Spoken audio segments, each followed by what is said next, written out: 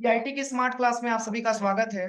MS word की इस class में आज हम लोग पढ़ने वाले हैं पेज लेआउट टैब के बारे में, जिसमें मैंने आपको कल कुछ ऑप्शन के बारे में बताया था और कुछ ऑप्शन के बारे में आज की क्लास में डिस्कस करना है। मैंने आपको बताया था कि पेज लेआउट के अंतर्गत एमएस वर्ड की पेज की सेटिंग की जाती है और मैंने इसमें भी बताया था कि जैसे कोई मैटर बनाने के बाद अगर आप उस मैटर का प्रिंट आउट आप निकालना चाहते हैं तो इसके लिए जरूरी है कि पहले आप पेज का क्या करिए, सेटअप तैयार करिए, जो कि मैंने आपको कॉलम तक बताया था ना कि अगर हमारा डेटा अगर सिंगल कॉलम में है उसको 2 कॉलम में, 4 कॉलम में, 5 कॉलम में अगर ऐसे डिवाइड करना चाहते हैं तो इसके लिए हमको कॉलम का हेल्प लेना होता है। और मैंने मार्जिन्स के भी बारे में बताया था कि मार्जिन्स का क्या वर्क होता है। अगर मार्जिन्स को हम इंक्रीज कर देते हैं, मार्जिन्स को अगर हम डिक्रीज कर देते हैं तो मैटर हमारा कम ही पेज में हम आसानी तरीके से प्रिंट आउट कर पाते हैं। ये मैंने आपको कल भी बताया था। और प्लस मैंने आपको जो है ओरिएंटेशन के भी बारे में बताया था कि कुछ ऐसे डेटा होते हैं, जैसे कि मान के चलिए कि कुछ ऐसे डेटा हैं जिसको अगर हम पोर्ट्रेट में अगर हम कंट्रोल पी करते हैं, पोर्ट्रेट में डेटा अगर हम प्रिंट करते हैं तो अगर उसमें पेजों की संख्या ज्यादा मात्रा में ले रहा है तो वही डेटा का अगर हम पोर्ट्रेट में ना करके अगर लैंडस्केप में करते हैं तो पेजों की संख्या हमारी कम हो जाती है। डेटा हमारा सेम वही प्रिंट होता है लेकिन पेज की प्रारूप क्या हो जाती है, चेंज हो जाती है। इसके लिए मैंने आपको ओरिएंटेशन के बारे में बताया था, ये मैंने बताया था ना। और लेकिन मैंने आपको ये भी बताया था कि बाय डिफॉल्ट जो हमारा पेज का जो सेटअप होता है वो ओरिएंटेशन में पोर्ट्रेट ही होता है। अगर हम उसको लैंडस्केप बनाना चाहते हैं तो इसके लिए आप जो है क्या कर सकते हैं, पेज लेआउट पे आकर के ओरिएंटेशन से आप इसको लैंडस्केप में भी बना सकते हैं। तो मैंने बताया था कि ओरिएंटेशन में अगर जो लैंडस्केप होता है तो लैंडस्केप का नाम हॉरिजॉन्टल होता है और जो पोर्ट्रेट होता है तो पोर्ट्रेट का नाम हमारा वर्टिकल होता है। तो अगर डेटा को हॉरिजॉन्टल प्रिंट करना हो तो डेटा को क्या करना पड़ेगा, लैंडस्केप करना पड़ेगा। अगर वर्टिकल प्रिंट करना हो तो डेटा को पोर्ट्रेट मोड में करना पड़ेगा। पर ये टोटली डिपेंडेंट ये करता है कि आपका डेटा किस तरीके से बना हुआ है। अगर डेटा की रिक्वायरमेंट पोर्ट्रेट में ही आ गया तो हम उसको लैंडस्केप ना करके हम पोर्ट्रेट में हम उसकी प्रिंट आउट करते हैं, कोई दिक्कत। अब चलिए, मैंने साइज के भी बारे में बताया था। अधिकतर जो भी डेटा का प्रिंट आउट आप करते हैं तो वो बाय डिफॉल्ट साइज आपका लेटर साइज ही होता है, लेकिन अब हम अपनी प्रिंटर के हिसाब से क्या करते हैं, पेज की सेटअप मतलब तैयार करते हैं। बहुत सारे, जैसे अधिकतर अगर देखा जाए तो A4 साइज की प्रिंटर ज्यादा मात्रा में यूज होते हैं, A4 साइज की पेपर ज्यादा मात्रा में यूज होते हैं डेटा को प्रिंट करने के लिए। लेकिन बाय डिफॉल्ट जो हमारे पेज की साइज होती है वो लेटर साइज ही होता है, वो लेटर साइज ही होता है। आप लेटर साइज पे ही डेटा को बनाते हैं, लेकिन अगर आप उसको प्रिंट करना चाहते हैं तो अपने हिसाब से आप पेज की साइज यहाँ पे सिलेक्शन कर सकते हैं। ठीक है, तो चूंकि बहुत सारे इसमें दिया हुआ है, अब A5 का मतलब ये नहीं कि इसका पेज बहुत बड़ा होगा, नहीं, ये भी एक प्रकार की पेज की साइज ही है। पर डिपेंड ये करता है कि हमको कौन सा पेज मैंने यूज किया है। जैसे पेपर में भी कई प्रकार का पेपर आता है, A4 साइज का लेना है, 5 साइज का लेना है, A3 साइज का पेपर लेना है। ठीक है, पता ये चले कि आपका प्रिंटर A4 साइज का पेपर एक्सेप्ट करता है और आप कुछ और पेपर लेके चले जाइए, A3 साइज लेके चले जाइए तो एक्सेप्ट नहीं करेगा। इसलिए पेपर की साइज यहाँ पे जरूर सिलेक्शन करना होता है कि हमको डेटा किस पे प्रिंट आउट निकालना होता है। अपने रिक्वायरमेंट के हिसाब से पेपर की साइज यहाँ पे सिलेक्शन कर पाते हैं। अगला जो दिया है यहाँ पे मैंने कॉलम के भी बारे में बताया था कि जैसे आपने विद्या क्वेश्चन वगैरह में, चाहे न्यूज़पेपर वगैरह में आपने देखा होगा कि डेटा को कॉलम में डिवाइड करके बनाया गया होता है, 2 कॉलम में, 3 कॉलम में पार्टीशन करके बनाया गया होता है। ठीक है, इससे क्या होता है कि पेज कम लगता है, पहले ऑप्शन ये है, इससे पेजों की संख्या हमारा कम हो जाता है।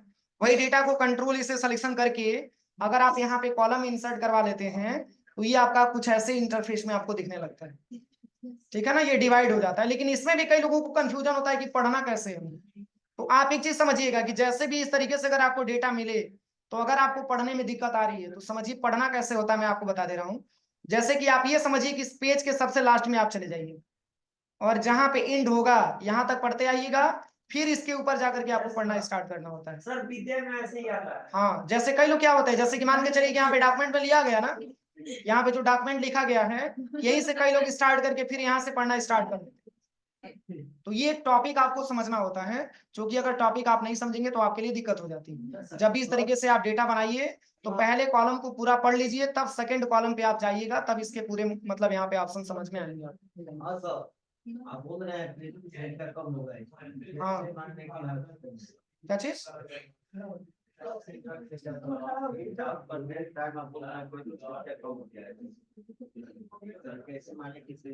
पेजों की संख्या कम तब होगा जब कंट्रोल इसे सिलेक्शन करने के बाद, जैसे कि आप चाहते हैं कि हमारा डेटा कम ही पेज में आए, तो इसकी पहले तो साइज आप इसको छोटा कर लीजिए, टेक्स्ट की साइज, वैसे पेजों की संख्या घट जाएगा। और दूसरी चीज की जो लैंडस्केप जो पोर्ट्रेट में आप कर रहे हैं उसको आप यहाँ से ओरिएंटेशन चेंज करके लैंडस्केप में कर लीजिए। अब देखिए पहले 8 पेज में था, 5 पेज में डेटा आ गया आपका, डेटा वही है, पेज की प्रारूप आपका चेंज हो गया।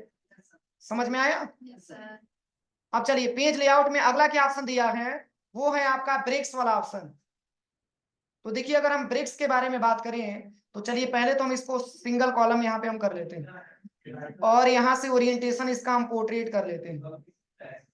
अगर हम ब्रेक्स के बारे में बात करें तो इसमें पहला ऑप्शन दिया है पेज और संबंधित है किससे, ब्रेक्स।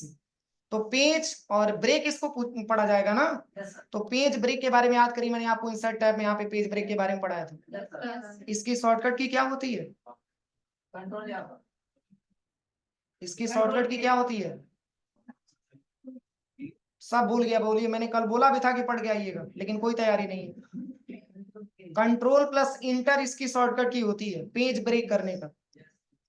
और मैंने आपको बताया था कि जहां पे आपका कर्सर रहेगा वहीं से आपका पेज क्या हो जाता है, ब्रेक हो जाता है। नाम इसका पेज ब्रेक होता है लेकिन एक्चुअल में अगर देखा जाए तो ब्रेक पेज को नहीं करता, ये ब्रेक क्या कर किसको करता है, मैटर को करता है।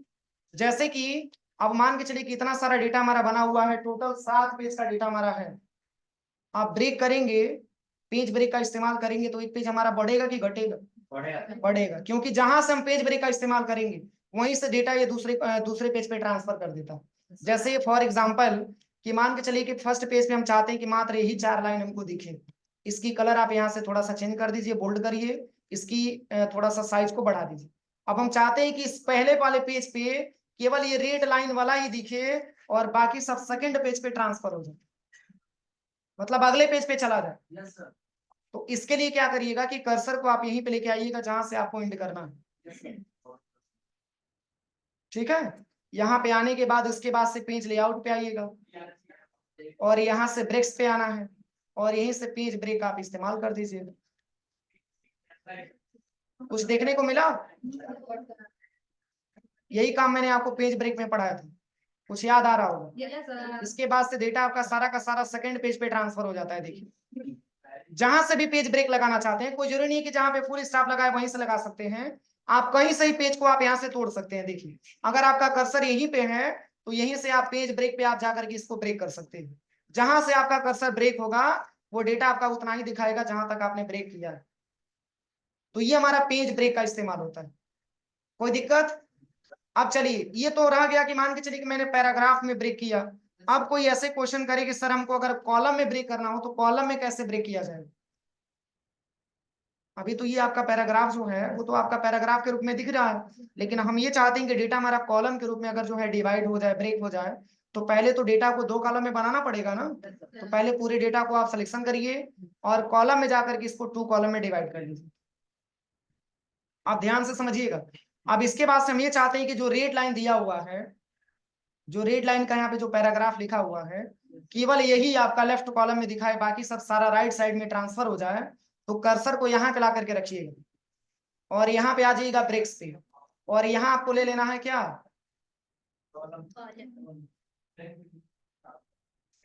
ब्रेक हुआ।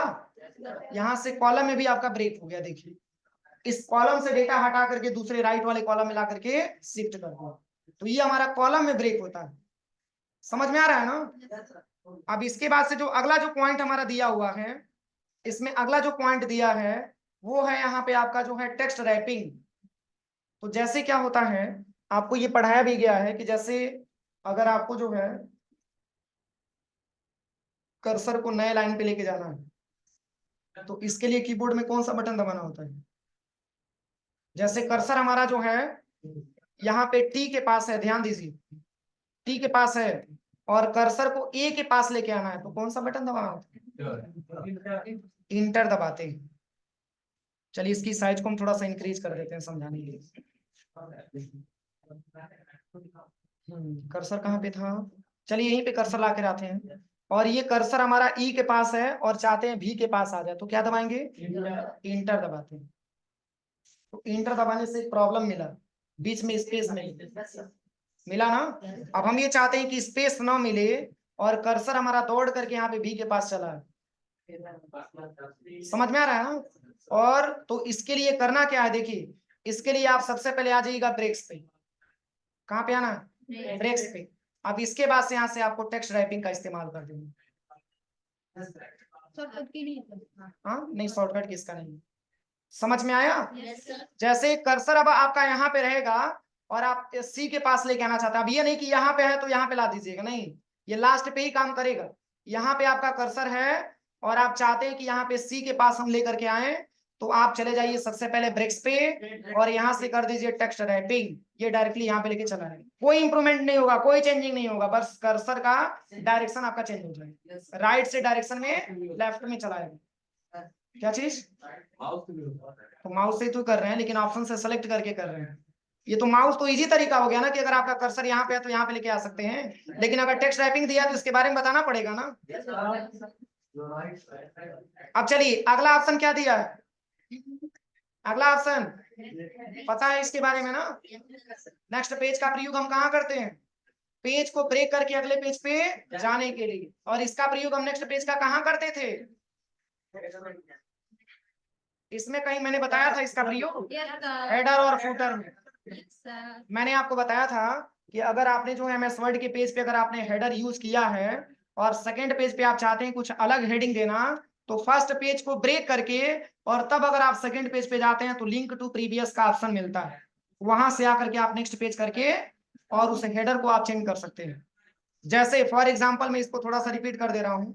जैसे देखिए पहले तो कंट्रोल ए से पूरे डेटा को हम सिलेक्शन कर लेंगे, इसके बाद से हम इंसर्ट टैब में आ जाएंगे और यहाँ पे हेडर में आ जाएंगे और यहाँ से कोई हेडर आप ले लीजिए, जैसे कि ये वाला हेडर मैंने इंसर्ट करा लिया।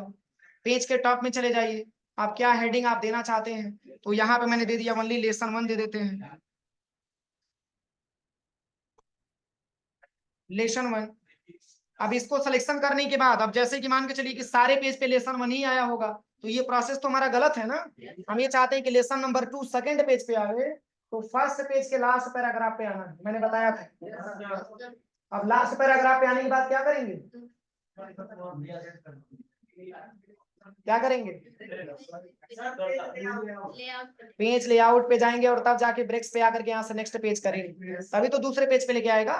और जैसे ही दूसरे पेज पे लेके आएगा तो 2 बार क्लिक करिए, लिंक टू प्रीवियस हटा दीजिए। और मैंने बताया था कि जैसे लिंक टू प्रीवियस हटाया क्यों जाता है, ऐसे भी क्वेश्चन आपके सामने आ सकता है, कोई बताएगा लिंक टू प्रीवियस क्यों हटाया जाता है? नहीं नहीं नहीं, बस 1 मिनट देखिए, जैसे 1 minute 1 minute, link to previous का मतलब ये होता है, जैसे ऐसे भी क्वेश्चन आ सकता है कि सर मान के चलिए एक बार अगर हम कोई हेडर इंसर्ट करें तो सारे पेज पे वही हेडर हमको दिखाई दे रहा है, ऐसा रीजन क्या हो सकता है? तो देखिए जैसे आप इसमें बोल सकते हैं कि पूरा पेज हमारा लिंक के माध्यम से एक पेज दूसरे पेज से कनेक्ट होता है, इसलिए जैसा हम एक हेडिंग पहले पेज पे देते हैं वही सारे पेज पे हेडिंग हमारा इंसर्ट हो जाता है। लेकिन सर हम ये चाहते हैं कि दूसरे पेज पे अलग हेडिंग दें, तो उस लिंक को तोड़ना पड़ता है, जब तक उस लिंक को तोड़ेंगे नहीं तब तक दूसरे पेज पे हम कोई हेडिंग नहीं दे सकते।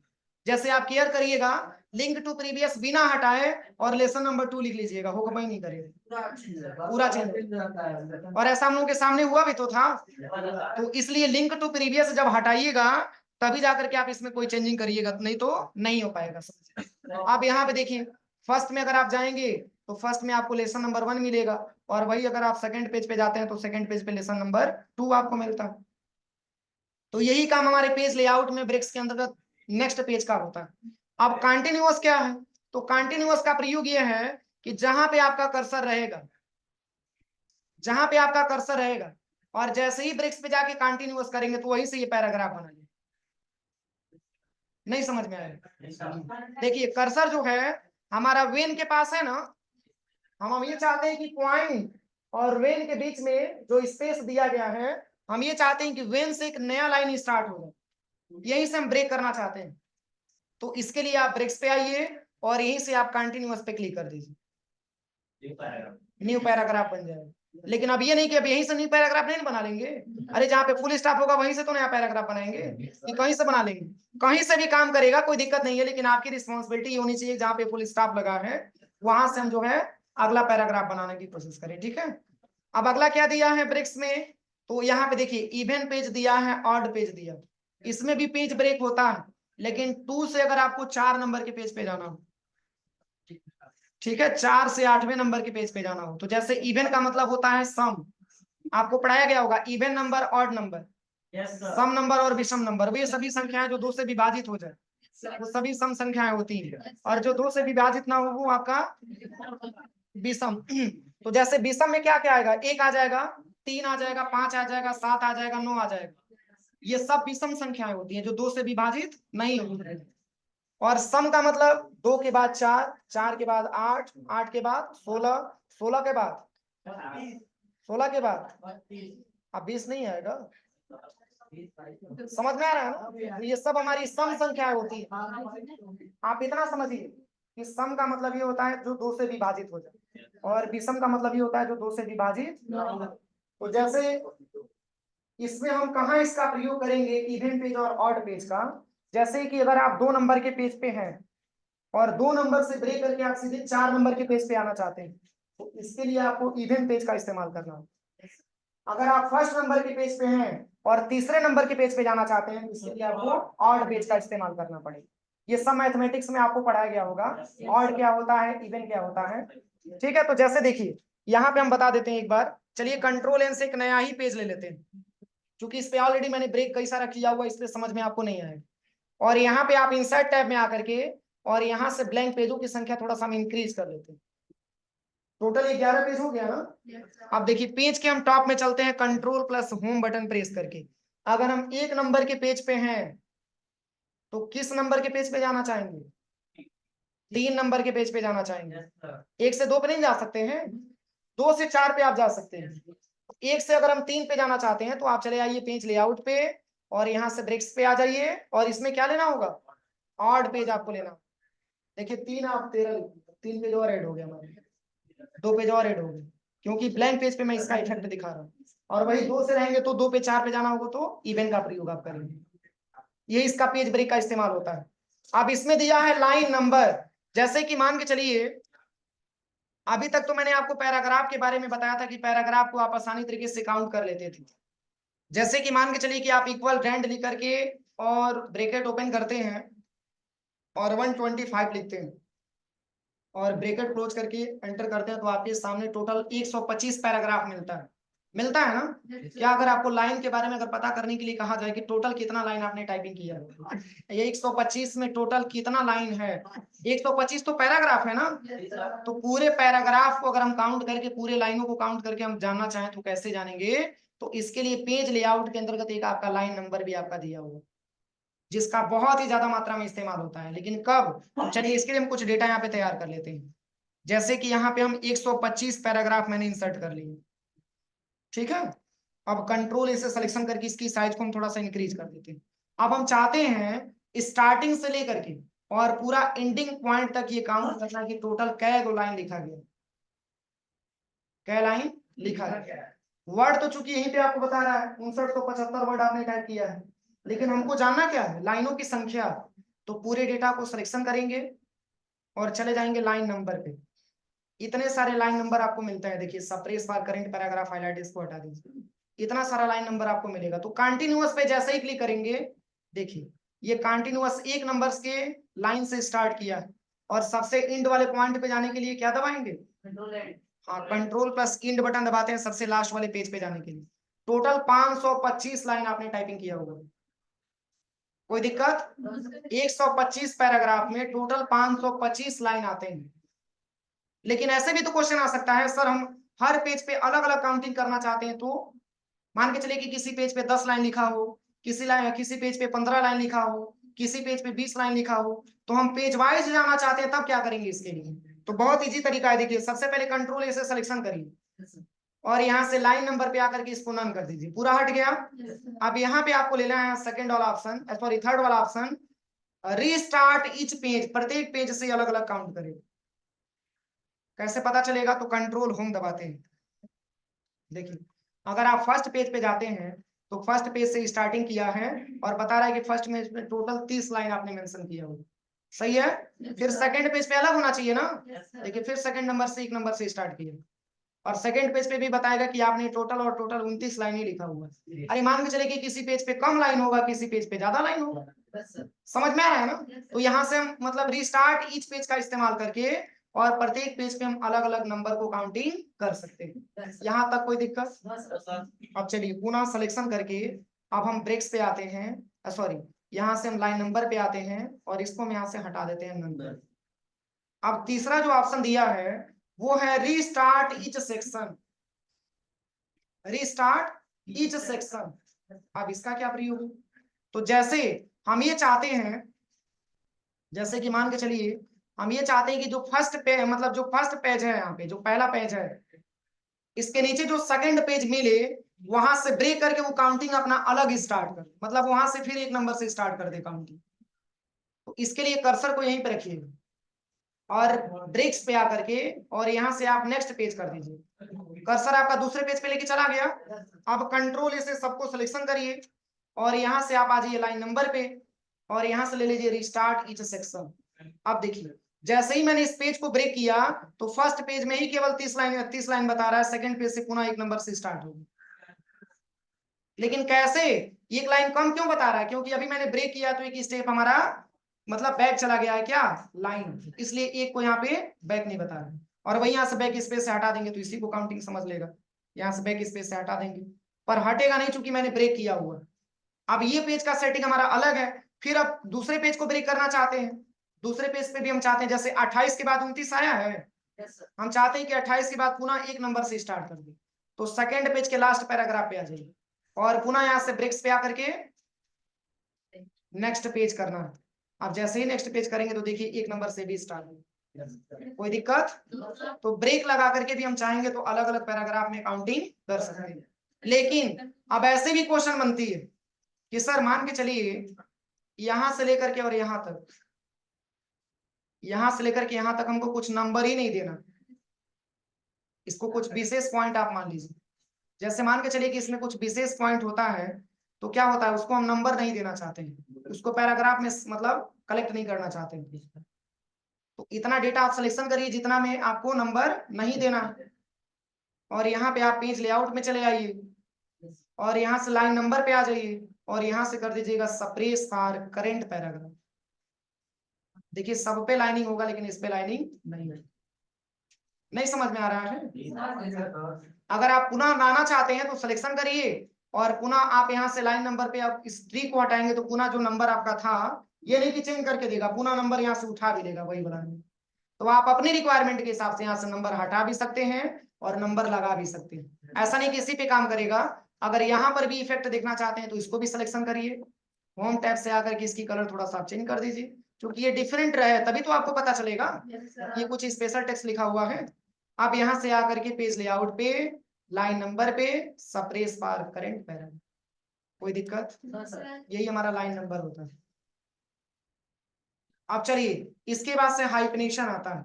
हाइपनेशन का मतलब क्या होता है? हाइपन, जैसे आपने देखा होगा, जैसे यहाँ पे देखिए कभी कभी ऐसा प्रॉब्लम होता है कि जैसे कुछ लेटर हम टाइप करते हैं, कुछ वर्ड हम लिखते हैं, उसमें स्पेस नहीं मिलता तो कुछ डैश का सिंबल लगा के वर्ड कट करके आपका नीचे चला आता है। आपने ऐसा केयर किया होगा, स्पेस ना मिलने की वजह से वो लेटर आपका कट करके कुछ नीचे चला आता है, वहीं पे डैश का सिंबल दे देता है समझने के लिए कि ये भी वर्ड इसी में जुड़ा हुआ है।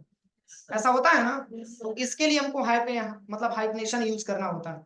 कैसे इसका प्रयोग हम करेंगे? तो बस यहाँ पे आप क्लिक करिए और क्लिक करने के बाद यहाँ पे आप ऑटोमेटिक ले लीजिए।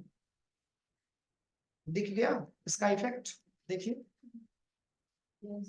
और भी कंट्रोल ऐसे सिलेक्शन करिए, देखिए कई को आ जाएगा इसमें। देखिए इसकी साइज बड़ा होगा तो जब स्पेस नहीं मिलेगा तो कुछ वर्ड अगर कट करके नीचे आएगा, जैसे देखिए टेबल में दिख रहा है सबको। फिर इसी तरीके से और भी इसमें ऑप्शन आपको मिलेगा। देखिए यहाँ पे प्रोड्यूस में दिया हुआ है, इसमें और भी पेज पे आ जाइए, कोऑर्डिनेटेड में दिया हुआ है। देखिए ये सारा मतलब इससे क्या समझ में आ रहा है कि हाइपन लगा करके इसलिए दिया है ताकि आपको ये आइडिया मिल सके कि ये भी जो नीचे आपने शब्द लिखा है इसी में जुड़ा हुआ है, ये इससे अलग नहीं है। ये आपका हाइफनेशन का सिंबल होता है, कोई दिक्कत? बाकी ये इंडेंट के बारे में दिया हुआ है, इंडेंट किस साइड हम कितना बढ़ाना चाहते हैं, कितना घटाना चाहते हैं, यहाँ से आप अपने रिक्वायरमेंट के हिसाब से आप इसका इस्तेमाल कर सकते हैं। ठीक है, ये पूरा दिया हुआ है, राइट से लेफ्ट करना चाहते हैं, लेफ्ट से राइट करना चाहते हैं, ये पूरा दिया है। स्पेस कितना बढ़ाना चाहते हैं, देखिए स्पेस कितना कितना बढ़ाना चाहते हैं बीचों बीच में, जैसे यहाँ पे आ जाएंगे और यहाँ से स्पेस बढ़ाना है, कितना स्पेस आप बढ़ाना चाहते हैं, यहाँ से घटा भी सकते हैं, नीचे वाले ऑप्शन से घटा भी सकते हैं। देखिए, तो आप अपनी रिक्वायरमेंट के हिसाब से इसका पूरा प्रैक्टिकल करके आप लोग देखिएगा। ठीक है, यहाँ से अपने हिसाब से प्रैक्टिकल करके देखेंगे तो आपको समझ में आएगा। देखिए, ठीक है, यहाँ से क्योंकि बीच बीच में कितना स्पेस आपको बढ़ाना है, कितना स्पेस आपको घटाना है, इसके लिए हम इस ऑप्शन का ज्यादा मात्रा में प्रयोग करते हैं। और बाकी तो ये सारा ऑप्शन ऑलरेडी आपको पहले पढ़ा दिया गया है। बोलिए, पढ़ाया गया है कि नहीं पढ़ाया गया है? इसमें पोजीशन दिया है, रैप टेक्स्ट दिया है, ब्रिंग फॉरवर्ड दिया है, सेंड बैकवर्ड दिया है, सिलेक्शन पेन दिया है, अलाइन है, ग्रुप है, रोटेट है। पर ये ऑप्शन हाईलाइट कब होगा, क्या सिलेक्शन करेंगे? अच्छा चलिए, कंट्रोल ए, हाईलाइट हो गया, हाईलाइट हो गया, तब कैसे होगा? अच्छा, हवा में तीर मत लगाओ, जानकारी हो तभी बताओ, नहीं तो तो सर नहीं पता है। ठीक है, हाँ तो बस ऐसे ही बोल दो नहीं पता है, क्योंकि जब आप मन से प्रैक्टिकल करोगे तभी तो कुछ पता रहेगा। बस दो ही केस में ये आपका पूरा ऑप्शन इनेबल हो सकता है, या तो आप फिगर लीजिए, नहीं तो आप कोई सेट लीजिए। पहले किसी भी ऑप्शन का प्रैक्टिकल आपको समझ में आना चाहिए। ये मैंने ऑलरेडी कितने बार मैंने आपको पढ़ाया है, लेकिन आपको आइडिया नहीं मिल पा रहा। ये तभी हाईलाइट होगा जब या तो कोई पिक्चर या तो कोई शेप आप इंसर्ट कराएंगे, तभी हाईलाइट होगा, अदरवाइज हाईलाइट नहीं। तो इसका प्रैक्टिकल करके आप लोग लाइव में देखिएगा। ठीक है,